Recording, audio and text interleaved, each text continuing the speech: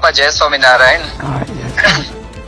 બાબા રાત્રે લગભગ 1 વાગ્યા પછી અચાનક પાણી બધા આવી ગયા, કારણ કે ઉપરવાસની અંદર વરસાદ ખૂબ હતો. ધરમપુર તાલુકો, કપરાડા તાલુકો સ્વામીમાં લગભગ 25 ઇંચ જેટલો વરસાદ પડ્યો. એ બાજુની અંદર વાપી છે સ્વામી, એમાં 8 કલાકની અંદર 16 ઇંચ વરસાદ પડ્યો.